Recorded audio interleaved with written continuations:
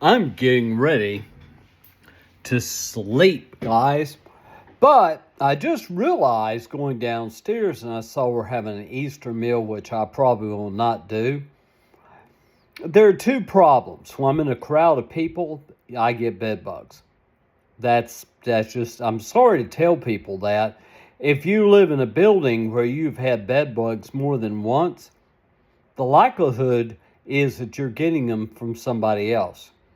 No one comes in this apartment at all. I'll let Duma, who I'm firing, I'm going to have to get some therapy eventually. Holy Week, Jesus' arrival in Jerusalem, his teaching and final moments, his crucifixion and sacrifice, his resurrection and the victory over death.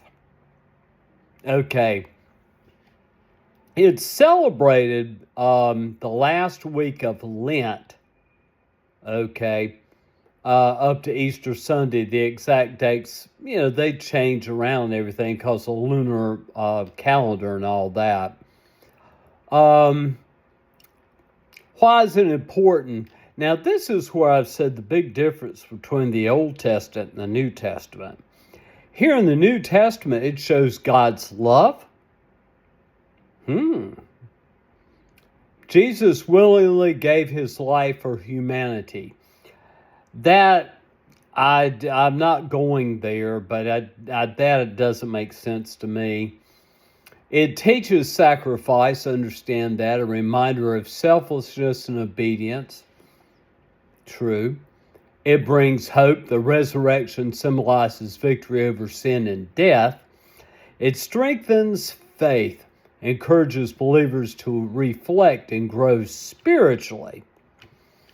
Okay, now let's move on down here for a minute.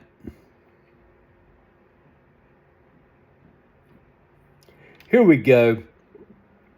Okay, now Catholics know this already. They're taught this all the time. Christians tend to be lazy. And then non-believers, which I'm not necessarily walking away from Christianity, just taking a long break. So Palm Sunday, Jesus enters Jerusalem. Very, very important time. Holy Monday, cleansing of the temple. And that means your body, guys, too. You cleanse yourself. Holy Tuesday, teaching and parables, which I've read about all of his parables. They're pretty cool. Holy Wednesday, Jesus' betrayal. Oh, I remember that too. I used to go to Wednesday services. Maundy Thursday, a lot of tears during a Maundy Thursday and the Last Supper, in the church. And very, very, I don't want to call it emotional, very emotional time. And then Good Friday, crucifixion of Jesus. So on Good Friday, he is crucified.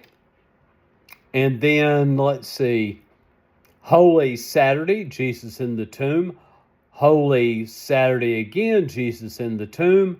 Easter Sunday, resurrection of Jesus.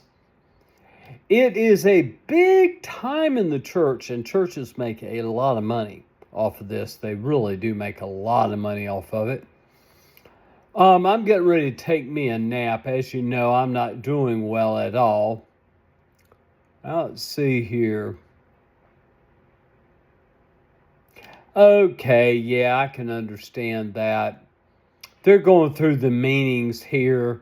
Palm Sunday, humility and kingship. Then Holy Monday, purity and true worship. Holy Tuesday, truth and spiritual awareness. That, in the 12 steps, they have a spiritual awareness. And Holy Wednesday, warning against sin and betrayal. Maundy Thursday, love, service, and humility. Holy Saturday, waiting on faith and victory and new life. So I'm going ahead and end this. It's a good time of year. Just, it's not that I'm telling people to magically become Christians. But, check it out. Maybe hop to a really good church. You need to go to a church that has money. I hate to say it. You'll get a better service. And just, get used to around this time of year what we call Easter. Thanks for listening, guys. I'm a crazy old man that needs to lay down and sleep. Peace.